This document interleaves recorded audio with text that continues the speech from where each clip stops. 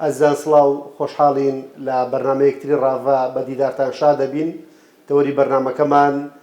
کاریگەری ڕێکەوتنە ئابوووریەکانی نێوان هەرێمی کوردستان و حکوومەتی عێراقیە بە میوانداری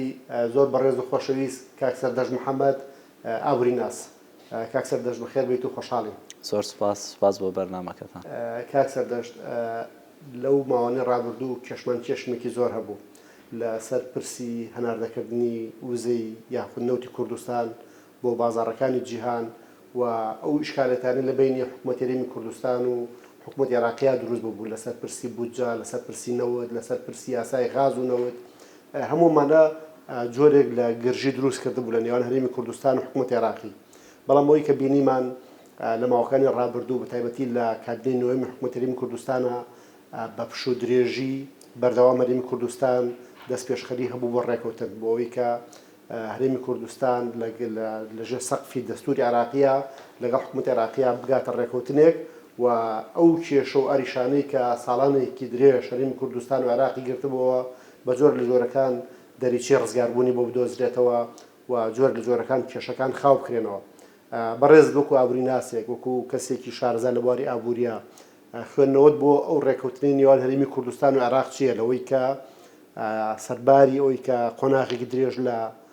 گرژی و کێشم هەبوو لە گۆشەیەکە هەرێمی کوردستان و حکوومەتی عێراقی گەیشتن بە ڕێکەوتن و ئومێد دەکرێت کە ئەو ڕێکەوتنە کە ڕێکەوتنێکی کاتیە ڕێکەوتنی درێژخایەن بە دوای خۆیان بهێنێ و ڕنگدانەوەی هەبێت بۆ سەر پرسی بودجە و پاشانیش دەرکردنی یاسای نەوت و غازی عێراقی. خوێنەوەی تۆ بۆ گەیشتن یعنی ئەم نقطەیەکە لە حکوومەتی عێراقی و حکوومەتی هەرێمی کوردستان لە گۆشەیەکە سەرباری هەموو ناکۆشیەکان پێکەگەن. خوێندنەوە جەنابتان لەم پرسە چییە؟ لە ڕاستیە بابەتی ئابووری وەکو هەموو بابەتەکانی ترکە لە عێراق هەیە لە بینی حکوومەتی ناوەند و حکوومەتی هەرێمی کوردستانە کێشە و ئاریشە و گرفتی زۆری هەبووە وەکو هەموو بابەتەکانی تر وەکو مادەی 140 وەکو کێشە سیاسیەکان وەکو وەلانانی خاڵە دەستوریەکان و جێبەجێ نەکردنی بابەتی ئابووریش ئەتوانین بڵێن یەکێکە لەو گرفتە هەرە سەرەکیانەی بینی حکوومەتی ناوەند و حکوومەتی هەرێمی کوردستان. بەڵام ئەم بابەتانە چۆن چارەسەر ئەکرێت چۆن هەنگاوی جدی ئەنرێ بۆ چارەسەرکردنی ئەمە هەندێک کێشەی کەڵەکە بوو هەیە لە نێوان حکوومەتی هەرێمی کوردستان و حکوومەتی عێراق پێویستیان بە چارەسەرکردن هەیە پێویستیان بە باشترکردنی دۆخی تاک هەیە لە عێراق و لە هەرێمی کوردستان لە ڕێگەی چارەسەرکردنی ئەم کێشە و ئاریشە و گرفتانە. هەڵبەتە بابەتی ئابووری بابەتێکی زۆر گرنگە. ئێمە ئەزانین حکوومەتی هەرێمی کوردستان هەندێک جار لەگەڵ نیەتی خراپی بەرامبەرەکانی هەنگاوی ناوە هەنگاوەکانیش بەو ئاراستەیە بووە کە چۆن ئەم بتوانێت لەلایەک ئیدارەی قەیران بدات لە هەرێمی کوردستان لەلایەک ئیدارەیەکی باشی دۆخی هاوڵاتیان با لە هەرێمی کوردستان و لەلایەک نیەتی بەرامبەرەکانی کە خراپ بووە لە بڕینی بەشە بودجە لە ئەو توانە دارایی کە بۆ هەرێمی کوردستان ئەبوو فەراهەم بکرێت لە بودجەی عێراقی کە نەیدراوەتێ وەکو خۆی حەق نەدراوە بە هەرێمی کوردستان و بە تاکەکانی هەرێمی کوردستان کە بودجە و قوتی خەڵک بووە. ئەوەی کە لە ڕابردوو نیەتی دەوڵەتی عێراقمان بینیەوە بەرامبەر بە هەرێمی کوردستان. بەڵام ئێستا دۆخێک لە ئارایە پێویستی بە ڕێکەوتنێکی تۆکمە هەیە لە نێوان هەرێمی کوردستان و عێراق. ئەویش ڕێکەوتن لەسەر هەناردەکردن و فرۆشتنی نەوت و ڕێکەوتن لەسەر عەقدە نەوتیەکان لە هەرێمی کوردستان کە ئەم داهاتە جارێکی تر بەکار بهێنرێتەوە بۆ دانیشتوانی هەرێمی کوردستان و بخرێتە سەر حسابێکی تایبەت لە خزمەت هەرێمی کوردستانە بێ و ئەمەش لە دوای ئەو دەستێوەردان و ناوبژیوانی پاریس هات کە لەلایەن تورکیا و عێراق لە ساڵی 84 هەڵبەت ڕێکەوتون لەسەر ئەوەی کە پاریس وەکو ناوبژینەوان بەکاربێنن لە هەر کێشە و ئاریشە و گرفتێکیان بێ لە ڕووی هەناردەکردن و فرۆشتنی نەوت و یاخود هەر بابەتێکی تر. بۆیە ئەم بابەتە ئەگەر بڵێن لەلایەن خەڵکانی پسپۆر لەلایەن خەڵکی شارەزا لەلایەن خەڵکی سیاسی ئابووری و هەندێک خەڵکی تر هەندێک خەڵک ئەتوانین بڵێن وەکو ڕێککەوتن باسی ئەم دۆسێ ئەکەن و هەندێک خەڵک باسی ڕادەستکردن ئەکەن. بۆیە ئێمە ئەبێت بیسەلمێنین ئایا ئەم پرۆسەیەکی ڕادەستکردنە و حکوومەتی هەرێمی کوردستان بەرەو ئاقاری خراپە بە یاخود ئەم پرۆسەیەکی ڕێکەوتنە و حکوومەتی هەرێمی کوردستان بەرەو تۆکمەبوون و بەرەو باشترکردن و بەرەو ئەمنێت و زەمان و ئامنی ئەبا بۆی کە لەسەر پێی خۆی بمێنێتەوانێ. بە تەسەوری من حکومەتی هەرێمی کوردستان لێرە بۆ ئەبەد هەنگاوێکی ناوە، بۆ ئەبەد مەبەستمەوەی کە هەتاکو لە چوارچێوەی عێراقێکی فیدراڵ بێت. هەنگاوێکی زۆر باشی ناوە بۆ ئەوەی دەوڵەتدارێکی خۆی بە شێوەیەکی زۆر باش و تۆکمە بکات کە ئەویش لایەنێکی دەوڵەتداری بەهێزکردنی جومگە ئابوووریەکانێتی. ئێمە ئەبێ باسی ئەوە بکەین فرۆشتنی نەود لە ڕێگای کۆمپانیای سۆمۆ چ جیاوازیەکی هەیە لەوەی کە فرۆشتنی نەود لەلایەن حکومەتی هەرێمی کوردستانەوە کە بەشێکە لە عێراقی فیدراڵ کە جارێ خۆی دەوڵەت نییە چ کاریگەریەکی هەیە و ئیجابیاتی زۆرە یاخود سلبیاتی زۆرە. ئەمە بابەتێکە کە بە تەسەوری من ئەو نەوتەی کە ئێمە وەکو هەرێمی کوردستان فرۆشتومانە لە ڕابردوو لە بەرەوەی کە دەوڵەت نەبووین، لە بەرەوەی کە ویستومانە بازارێک بۆ نەوت پیا بکەین و لەگەڵەوەی کە دەوڵەتی عێراق لەگەڵەوەی ناوەندی عێراق نەیانتوانیوە هاوکارێکی باشی ئێمە بن لە شەڕی داعش و لەگەڵ هەموو سەرچاو مرۆیی ئاوارەی کە ڕووی کردە هەرێمی کوردستان کە تێچوویەکی زۆری لە ڕووی ئابوووریە و لەسەر هەرێمی کوردستان هەبوو. زائیدەن لە کۆڤید-19 لە پەتای کۆرۆنایە کە نرخی نەوت دابەزی بوو، ئێمە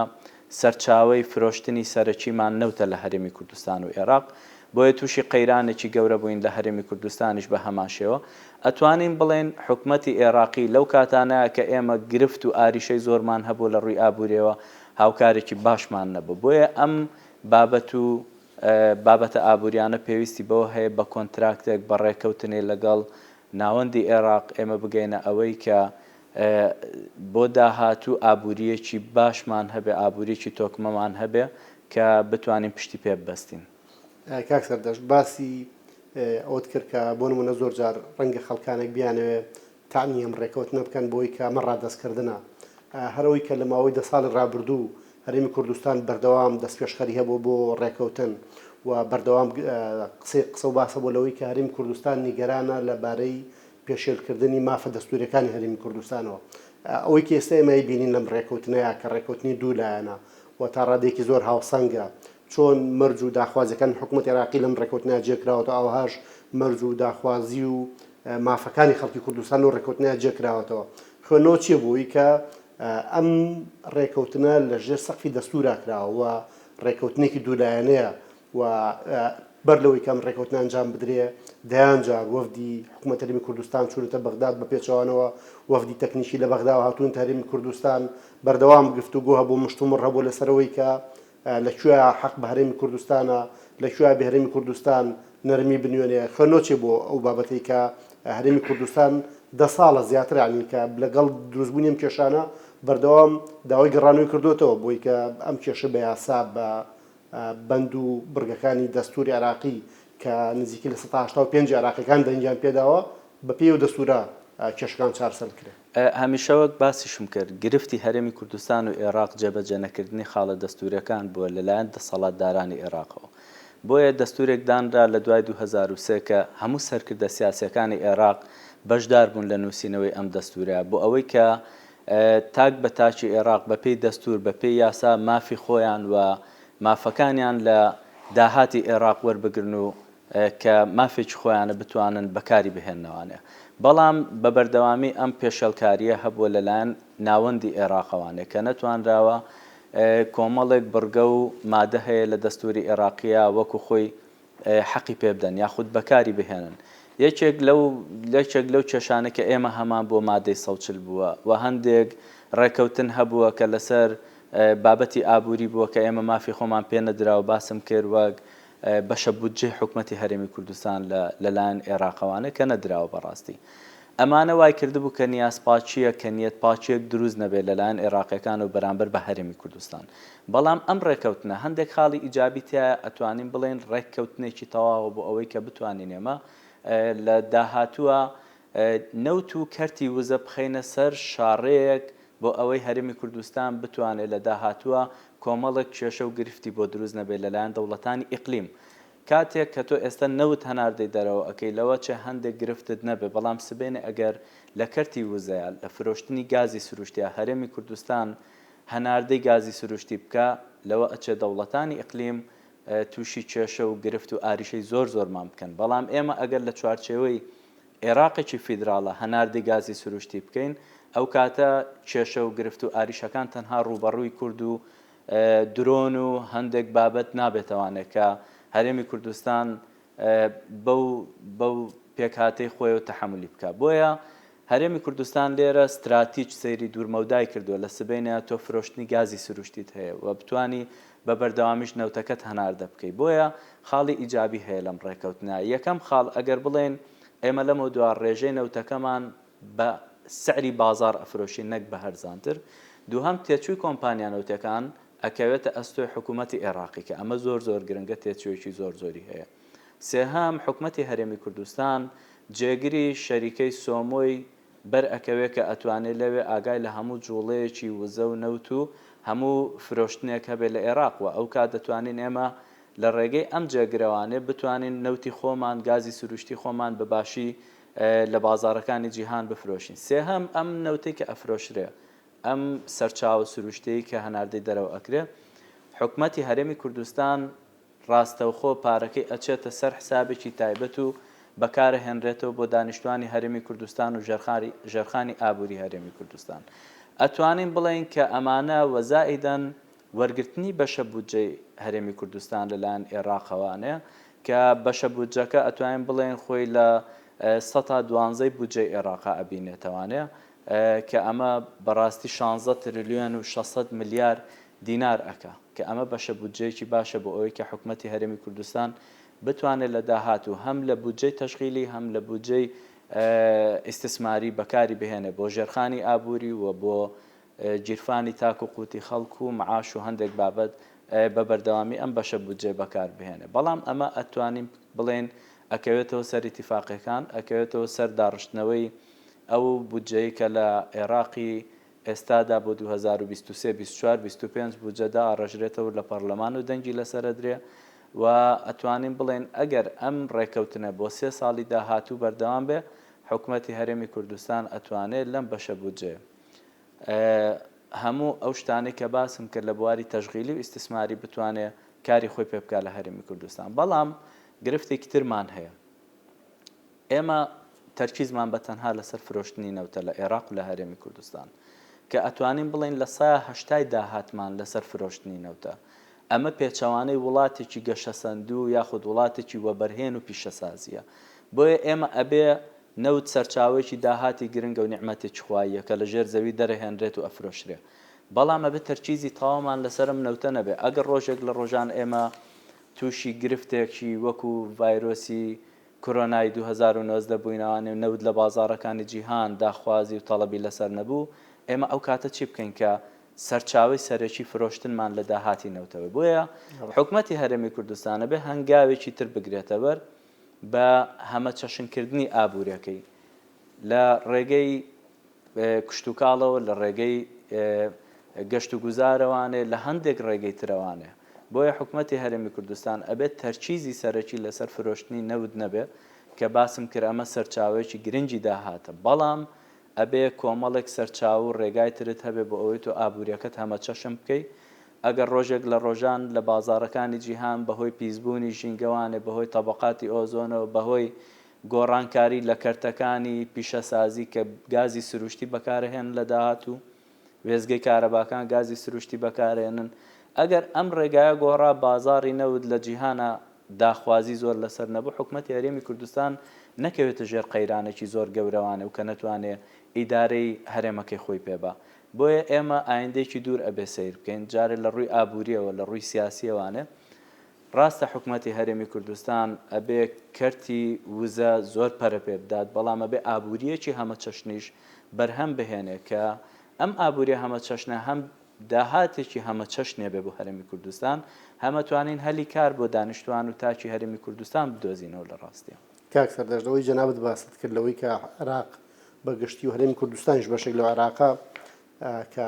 پشتی بە زیاتر بە نەوتە بەسێەوە بۆ سامانە سروشتیە بەسێ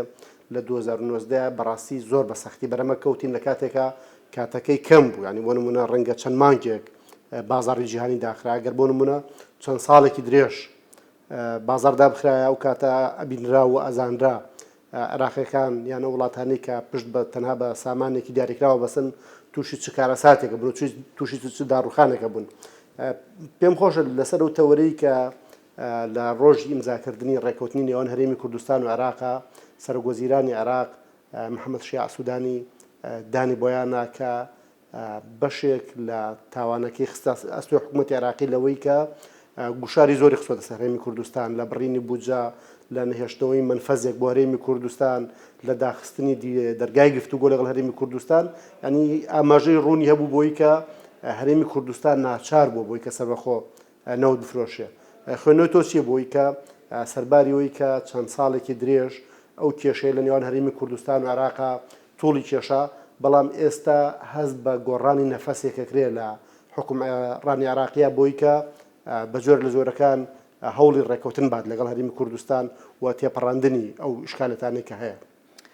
ئەتوانین بڵێن ئەگەر حکوومەتی هەرێمی کوردستان نەبووە هەر حکوومەتی کتر بووە نەیتوانیا لەسەر پێی خۆی بوەستێ ئەسڵان.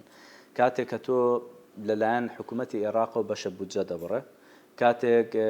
شەڕی تیرۆریستانی داعشت تووشە بێ کە ڕۆژانە پێویستی بە نەفەقاتێک بە خەرجیەکی زۆر هەیە شەڕ، لە کاتێکا کە تۆ 2.5 ملیۆن ئاوارە لە سووریا و لە مووسڵەوانێ ڕوو ئەکاتە هەرێمی کوردستان، ئەم ئاوارانە پێویستیان بە سەرچاوی داهاتێکی زۆر هەبوو بۆی خەرجیان بۆ بکرێت و خزمەتیان بکرێت. دوای ئەوە ئێمە باسمان کرد ڕوبەڕووبوونەوەی پەتای ڤایرۆسی کۆرۆنا کە ئێمە داهاتی سەرەکیمان لەسەر نەوت بووە، نەوتیش لە بازاڕەکانی جیهان یەکسان بوو بە سفر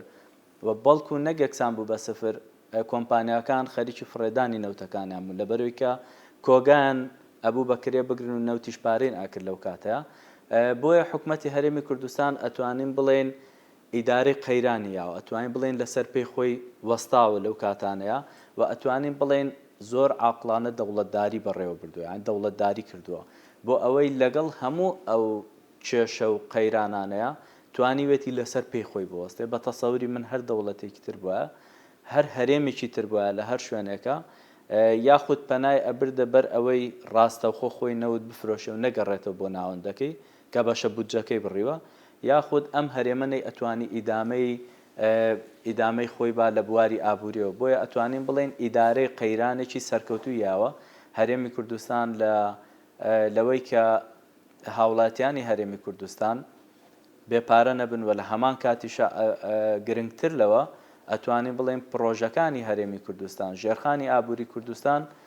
بۆ هیچ کاتێک لە وەستانە نەبووە لە ئاوەدانیا و بە بەردەوامی ئاوەدانی و ژێرخانی ئابووری هەرێمی کوردستان لە بەهێزبوون و پتەوبوو نابووە. کاکسەر دەشتە سەوەرەکەی ئەم ڕێکەوتنە هەرێمی کوردستان ئەو گەشە و پێشکەوتنەی کە هەیە بۆ لە ڕابردووە کە ئەستەنگی زۆری بۆ دروستکراوە و جەنابەت ئاگداری لەوەی کە لە بەرنامەکەش ئاماژەت بە کۆمەڵ لەو ئەستەنگانە کرد لە گەمارۆکان لە بڕینی بەشە بودجە لە هاتنی دەوڵەتی تیرۆریستی داعش لە هاتنی ئاوارەکان بۆ هەرێمی کوردستان، هەمووانە جۆرێک لە بەرگرانیان لە هەرێمی کوردستان دروست کرد و وەکو جەنابش باس کرد هەرێمی کوردستان ئەگەر گەشەکەشی خاو بوو بێتەوە بەڵام هەر بەردەوام بوو لەوەی کە بەردەوام گەشە و نەشونما بکات و پێشکەوتنی ئابووری بەخۆیەوە ببینێ. ئەم ڕێکەوتنەوە ئەخوێنیتەوە کە ئابووری هەرێمی کوردستان بە جۆر لە جۆرەکان بباتە قۆناغێکی پێشکەوتوتر، گەشەیەکی باشتر و خێراتر. لە ڕاستیە ئەم ڕێکەوتنە زۆر گرنگە، بەڵام ئەوەی کە باسیشم کرە بێ هەرێمی کوردستان هەندێک هەنگاوی تر بنێ لە ڕووی ئابووریەوانە، ئەویش بە هەمە چەشنکردن و فراوانکردنی سەرچاوی داهاتەکانی. بۆیە هەرێمی کوردستان ئەبێ لە داهاتوو تەمۆحی هەبێت، ئەبێ لە داهاتوو تەمۆحەکەی ئەوە بێت نەک قەرزار نەبێ، قەرزەکانی لە کۆڵ ببێتەوانە، قەرزەکانی باتەوانێ، ئەبێ لە داهاتوو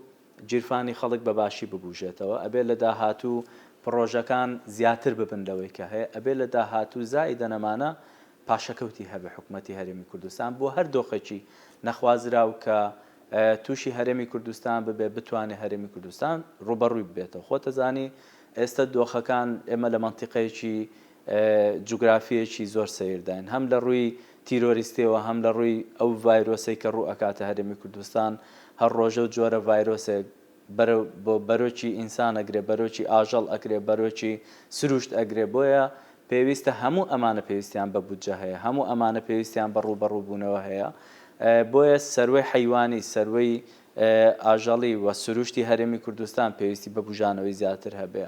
لە لایەکی تر گیرفانی تاک بەباشی ببوژێتەوانێ، لەلایەکتر پرۆژەکان لە هەرێمی کوردستان باشتر ببن لەوەی کە هەیە وەزائیدەن هەرێمی کوردستان بتوانێت بە بەردەوامی پاشەکەوتێکی پارەشی هەبێ بۆی کاتێک کە ڕوبەڕووی قەیرانێک دۆخێکی نەخوازراو بوو بتوانێت هەرێمی کوردستان ئیدارەی قەیران با ئیدارەی دۆخی نەخوازراو بات ئێمە زین کارەساتی سروشتی یاخود دەرکارەساتێک تکە ڕووبکاتە هەر میلەتێک کاریگەری لەسەر باری ئابووری لەسەر باری بودجە و میزانەکەی ئەبێ بۆیە ئەبێ پاشەکەوتێک بکە حکوومەتی هەرێمی کوردستان لێرە بەدواوە پێویستمان بەوە هەیە بەڕاستی کاک سەرداشت ئەم ڕێکەوتنە کاتیە ئەکرێت ئاسانکاری گەورە پێشکەش بکات لەوەی کە هەرێمی کوردستان و یان کوت لە کوردەکان لەگەڵ کوت لە عەرەبیەکان لە پرسی بودجە بگەنە ڕێکەوتن و بودجە بە زۆرێک بنووسرێتەوە کە ئیرادەی خەڵکی کوردستانی شتیا بەرجەستە بێت. بە تەئکید دیارە لە دوای دیاریکردنی نەفەقاتی حکوومەتی عێراقی یاخود خەرجی حکوومەتی عێراقی کە بودجە کە دائەنرێ بە خەمڵاندن دائەنرێ واتە بودجەی ساڵی 2023-24-25 بۆ ساڵانی داهاتوو کە تۆ بودجەیەک دائەنرێ بە خەمڵاندن دایانەی حکوومەتی عێراقی بۆ هەر یەکێک لەم ساڵانەی داهاتوو خەرجەکەی دیاری کردو بە 7 تریلیۆن دینار و لەم خەرجیە 150 تریلیۆنی موازنەی تەشغیلی دیاری کردووە ئەتوانین بڵێن 47 تریلیۆنیشی موازنەی ئیستثماری دیاری کردوواتەوە بەرهێنان بۆیە لەناو ئەم بودجەی حکوومەتی عێراقیە کاتێک کە بودجەی سیادی و بودجەی حاکمە جیا ئاکاتەوانێ لە بەشە بودجەکەی کە ئەمێنێتەوە واتە نیوەی ئەو بودجەی کە ئەمێنێتەوانێ بۆ بودجەی تەشغیلی و بودجەی ئیستثماری لە 112 دیاری ئەکا بۆ حکوومەتی هەرێمی کوردستان ئەم لە 112 ئەتوانین بڵێن کە 12.67 کە 16 تریلیۆن و 600 میلیارد دینارە ئەتوانین بڵێن حکوومەتی هەرێمی کوردستان ئەگەر دۆخی چاکسازیەکەی بەردەوام بێت ئەم پارەیە بتوانێت کافی بێ ئیکتیفای ذاتی پێ بکە یاخود پاشەکەوتیشی لێ بکە بەڵام ئێمە ئەزانین لە ساڵانی ڕابردوو لە هەرێمی کوردستان کەس نکۆڵی ئەوەی لێ نەکردووە حکوومەتی هەرێمی کوردستان خۆی باسیەوەکە سەرۆک حکوومەت باسیەکە کە گەندەڵی هەبووە و ئەم گەندەڵیە یاسای چاکسازی و یاسای ڕوبەڕووبوونەوەی گەندەڵی بۆ دروست کراوە ئەتوانین بڵێن ئەگەر چاکسازی لەسەر شاڕی خۆی بێت ئەو پارەی کە ئێستا لە حکوومەتی عێراقیەوە ئەدرێتە هەرێمی کوردستان ئیکتیفای ذاتی یاخود بتوانین وای لێ بکەین پاشەکەوتیشی لێ بکەین و ئەم پارەیە ئەتوانرێ ژێرخانێکی ئابووری باشی بۆ هەرێمی کوردستان پێپیا بکرێت ئەتوانین بڵێن جوڵەی بازاڕی پێ دروست بکرێت ئەتوانین بڵێن لەگەڵ ئەمەیە هەندێک بابەتێک کە زۆر گرنگە بەڕاستی لە ڕووی ئابووریەوە حکوومەتی هەرێمی کوردستان بتوانێت ئەم ڕێگانە ببوژێنێتەوە یەکێک لەوانە کەرتی بانقیە کەرتی بانقی کاتێکە ئەبوژێنیتەوە تاک ئولفەتی گرتووە بە پارەی کاشەوە پارەکە لە ماڵەوە دابنێ لە ژێر زەمین دابنێ لە کەنتۆرە کە ئەمە لە ڕاستیە جوڵەی بازار ناهێڵێ ئەم پارەیە کە لای تاک بوو کە لە جیرفانی تاکا بوو نەهاتە بانقەکان جوڵەی بازار ناهێڵێ لە هەمان کاتیشە ئەم پارەیە کە ئەچێتە جیرفانی خەڵکە و ئولفەتی پێوەگرتەوە بێ هەرکاشی پێبێ ئەمانی نییە بەڕاستی کاتێک کە تۆ ماڵەکە دەسووتێ پارەکە لە ناو ئەچێ کاتێ ماڵەکەت تاڵانی ئەکرێ ئەدزرێ پارەکەت لە ناو ئەچێ یاخود هەر هۆکارێکتر بۆیە بە حکوومەتی هەرێمی کوردستان هەندێک هەنگاو بنێ لە ڕووی ئابووری یەکێک لەوانە متمانە پیاکردنەوەی تاک و بانق دروست بکات و لە ڕێگەی ئەم متمانەوە بتوانێت پارە لە ناو بانقەکان کۆ بکاتەوە لە ڕێگەی ئەم پارانەوە لە ڕێگەی ئەم پارانەوە پرۆژە دروست بکات پرۆژەکە لە هەمان کاتە ئەبێتە بوژانەوەی کوردستان ئەبێتە زۆربوونی هەلی کار بۆ تاک و ئەشتوانین بڵێن ئەو پارەی خەڵکە لە بانقەکان ئەتوانێت سوودی لێ ببینێ بە فائیدە بیا بە بانقەکان کە ئەمە لەلایەک ترەوانە سوودێکی باشی بۆ تاک ئەبێ و ئەتوانین بڵێن هەم سوودی ئەبێت هەم ئەمانی پارەکە ئەبێت لە بانقا کە ئەپارێزرێت و ڕوبەڕووی هیچ شتێک نابێتەوە بۆیە بە حکوومەتی هەرێمی کوردستان هەندێک هەنگاوی ئابووری لە ڕێگەی خەڵکی شارەزا پسپۆڕە ئابوووریەکانیان خەڵکی ڕاوێژکاری بەتوانای ئابووریان هەندێک ڕێگە هەیە بۆ حکوومەتی هەرێمی کوردستان واڵای بکەن لەوانەی کە ئابووری چۆن بەرەو ئابووریەکی گەشە سەندووە بێت لە ڕێگەی کەرتی بانقی و لە ڕێگەی هەمە جۆرکردنی سەرچاوی داهاتەوانێت لە ڕێگەی هەندێک بابەتی تر وە حکوومەتی هەرێمی کوردستان لەگەڵ بازرگانەکان ئەتوانین بڵێ ئیجباریەک یاخود ڕێگەیەکیان بۆ دابنێ ئەوان سەرمایە گوزاری بە داهاتەکان بکەن نەک ئەو پارەیە لە خزمەتی یاخود بڵێن لە خزمەتی خۆیان زۆر بەکاری بهێن سەرمایە گوزاری چییە ئەوەی کە تۆ مەسەڵەن کەسێک لە کەسێکی دەوڵەمەندە خەڵکی پارێزگای هەڵەبجەیە هەندێک پرۆژەی بۆ دیاری بکەی پارێزگاکە ببوژێنیتەوە چەند ئوتێلێک دروست بکرێت چەند شوێنێکی گەشتیاری دروست بکرێت کاتێک کە کەسێک ڕووەکاتە هەڵەبجە لە دهۆکەوەی بۆ هەڵەبجە بتوانێت 4 شەو بمێنێتەوە کاتێک بیانیە گێتە هەرێمی کوردستانەوەی لە هەڵەبجە بێ بتوانێت 4 شەو بمێنێتەوە ئوتێلی تیابێ شوێنی گەشتیاری تیابێ مەحمەکانم سەرمایە گوزاری ئەوەیە کە ئەم دەوڵەمەنە ئەگەر خێرێکی زۆری دەست نەکەوێت وەکو ئەوەی کە ئەچێت لە سین بە 30 سنت کاڵایەک ئەهێنێ ئەیفرۆشێ بە $3 خێرێکی زۆری لێکە ئەگەر وەکو ئەم ڕێگایە سەرمایەکەی زیاد نەکە سەرمایە گوزاری بکە سەرمایە گوزارەکان لە خزمەتی میلەتەکە ئەبێ لە خزمەتی دۆخی ئابووری هەرێمەکەی ئەبێ لە خزمەتی خۆی ئەبێ کە ناوی بۆ مێژوو ئەمێنێتەوە لای خەڵکەکەی بۆیە حکوومەتی هەرێمی کوردستان ئەکرێ چەند ڕێگەیەک دیاری بکە بۆ ئەوەی کە ئابوووریەکەی گەشتە سەندوو بکە لەوەی کە ئێستا هەیە زیاتر و باشتری بکە. کاک سەردەشت بەرەو کۆتایی بەرنامەکە چین بەڵام پێم خۆشە سەرنجت لەوە وەرگرم کە هەوڵێکەیە بۆی کە خەڵک لە سەرئاسی گشتی لە سەرئاسی شەقام دوودڵ کرێت تووشی جۆرە لە قەلەقی بکرێت لە سەبارەت بۆ ڕێکەوتنی نێوان هەولێر و بەغداد ئەم ڕێکەوتنە هەر بەڕاستی شایانیەوەیە کە خەڵک قەلەق و نیگەران بکە یان ئەکرێ هیوایەک بێ دەلاقەیەکی باشتر بێ بۆ خەڵکی کوردستان بە دڵنیایی ڕێکەوتنەکە هیوایەکی باشی هەیە و ئێمە ئەتوانین بڵێن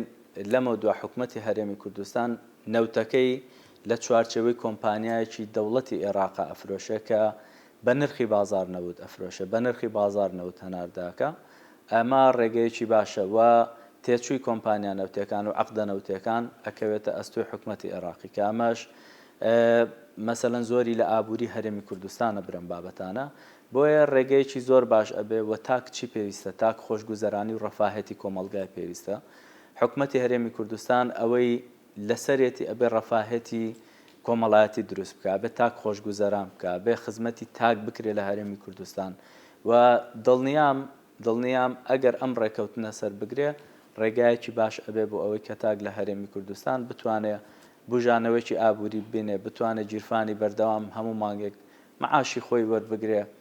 لە ڕاستیە گرفتێک هەیە کە خەڵک بە موچەخۆر کراوە لە ڕاستیە ئەم گرفتە وای کردووە کە خەڵک تەمەڵ ببێ ئەگەر بژانەوەیکی ئابووری هەبێ کارگەکان پیشەسازی کوشت و کاڵ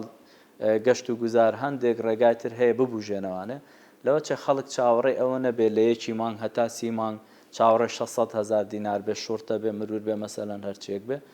بۆ خۆی ئەو کاتە کە خۆی سەرمایە گوزاریەک بۆ بەرهێنانێک بکەوە بەرهێنانێکی بچووکیش بێ لەوە چێت داهاتێکی 3-4 قاتی ئەوەی هەبێ بۆیە خەڵک ئەبێ حکوومەتی هەرێمی کوردستان لەگەڵەوەی کە ئەم هەنگاوانە ئەنێ بۆ زامنکردنی ئابووری هەرێمی کوردستان بۆ داهاتوو ئەبێ زۆر ڕێگاشی هەبێ بۆی تاک فێر بکات چۆن بۆ بەرهێنان بکات تاک فێر بکات چۆن پشت بەخۆی بەستێت چۆن داهات پیا بکە زۆر ڕێگای تر هەیە بەڕاستی بۆ بەهێزکردنی ئابووری و من زۆر ئومێدم بەم ڕێکەوتنە هەیە کە عێراق و هەرێمی کوردستان ئەنجامیان ناوە. کاکسەر دەشت محەممەد ئابووری ناس سپاس بۆ هاتنت و سپاس بۆ هەموو شیکردنەوەکانت. سپاس کاکسەر بە سپاس بۆ بەرنامەکە دەستێوەش خۆش بێ ئەزان بەم جۆرە هاتینە کۆتایی بەرنامەی ڕاڤە و تا ڕاڤەکردنێکی تر بەخواتان ئەسپێرین و خواتان لەگەڵ بێ.